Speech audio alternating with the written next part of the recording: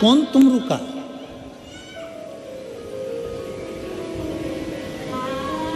तुमरुका कौन?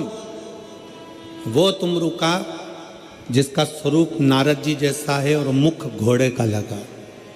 वो भी करताल बजाता है, वो भी वीणा बजाते हैं। नारद जी एक जगह नहीं टिकते, वो चलते रहते हैं। और तुमरुका जी एक जगह पर रहकर भगवान शंकर की ऐसी भक्ति करते हैं कि मुख में अन्न का दाना नहीं लेते। केवल बेलपत्र के वृक्ष पर कोई जल गिरता है आसमान का, उस जल को मुख में धारण कर लेते हैं। अन्यथा तुमरुका जी भूखे रहकर शंकर की भक्ति में 24 घंटे डूबे रहते हैं।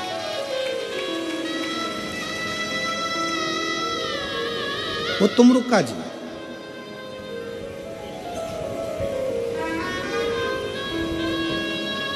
एक बार नारद जी के भांजे से तुमरुका जी की मुलाकात हो गई थी।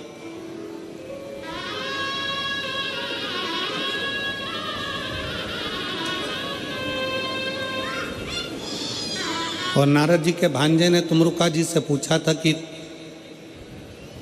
तुम कुछ भी नहीं खाते, ना फल खाते हो, ना अन्न खाते हो, ना कुछ प्रसाद पाते हो, फिर भी तुम्हें इतनी शक्ति, इतना बल कहाँ से आता है कि तुम भगवान शंकर की इतनी भक्ति कर लेते हो?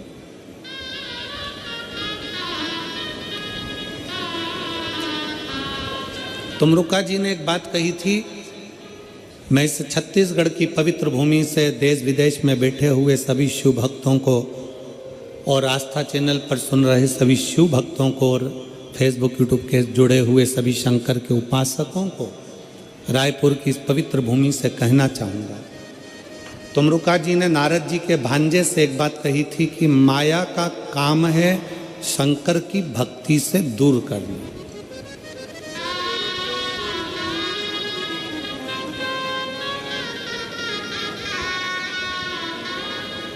माया का काम है शंकर की भक्ति से दूर करना।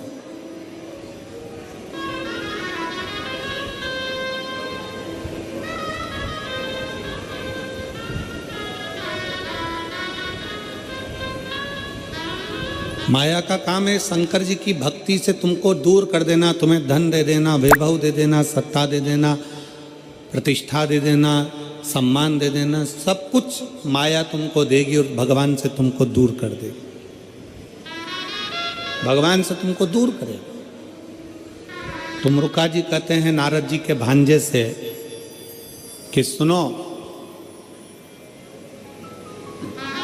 माया दूर करती है, पर शंकर का भक्त अगर माया को भी त्याग दे और माया का त्याग कर कर मतलब माया को भी लांग कर शंकर की भक्ति करता है तो शंकर का फर्ज बन जाता है उसको सब कुछ देने का। ये शिव का फर्ज है।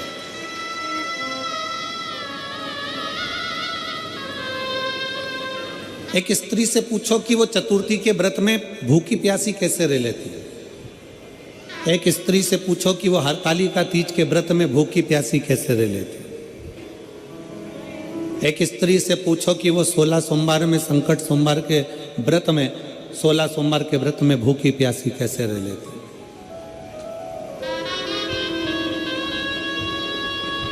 आप उस स्त्री से बात करोगे कि तू हरतालिका तीज का व्रत है, तूने कुछ खाया नहीं, तूने कुछ पिया नहीं, पानी पी नहीं रही है, थूक तक निकल नहीं रही है, ना तू कुछ खा रही ना पी रही, चतुर्थी का व्रत ना तू कुछ खा पी रही, तेरे में शक्ति कहाँ से आती है, तेरे में बल कहाँ से आता है। शिव महापुराण की कथा कहती है कि स्त्री जब शंकर जी का हरतालिका का व्रत करती है, चतुर्थी का व्रत करती है, या भगवान का कोई 4 कैमरे उनको कैच करने के लिए लगे,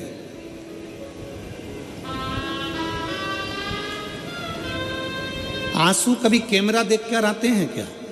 जम के बोलो जरा, आता है? आंसू कब आता है? जब आप उसकी भक्ति में इतने डूब जाओ, इतने डूब जाओ कि आपको अपने तन की भी सुध ना रहे, तब नयन से जो अश्रु बहते हैं वो परमात्मा के लिए बहते हैं, कैमरे में दिखाने के लिए नहीं बहते। वो कैमरे में दिखाने के लिए आंसू नहीं बहते।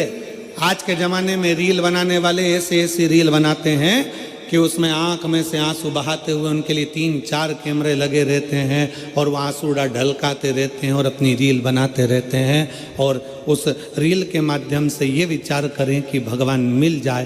तो मेरा निवेदन है, रील से भगवान नहीं मिलता, ओरिजिनल रोल से परमात्मा मिल जाता है। आपकी असलियत से परमात्मा मिला।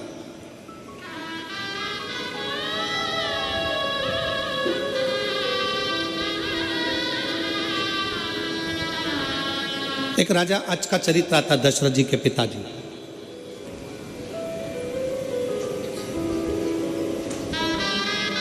दशरथ जी के पिताजी राजा अज बैठे हुए थे।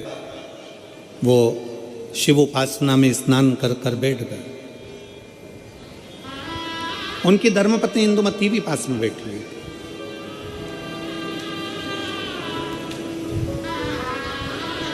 सूर्यवंश के पताका राजा अज जब शंकर भगवान की आराधना में लीन थे, शिव जी की आराधना में लीन थे, शंकर की भक्ति में लीन थे, उसी समय लंका का राजा रावण ने सूचना कर दी कि अपन को अवध में अयोध्या पर आक्रमण करना। पूरी अयोध्या को अपन को बना लेना है अपना।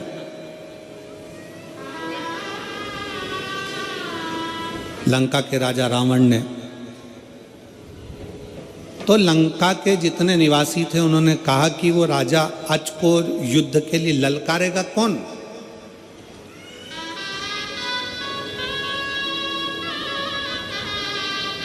रावण ने कहा राजा अज को युद्ध के लिए मैं ललकारूंगा। चलो,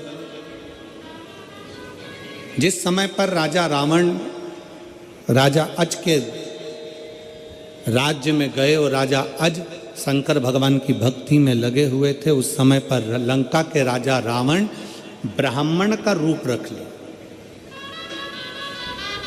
मस्तक का मुकुट फेंका, गले में रुद्राक्ष तुलसी की माला धारण करी, त्रिपुंड लगाया,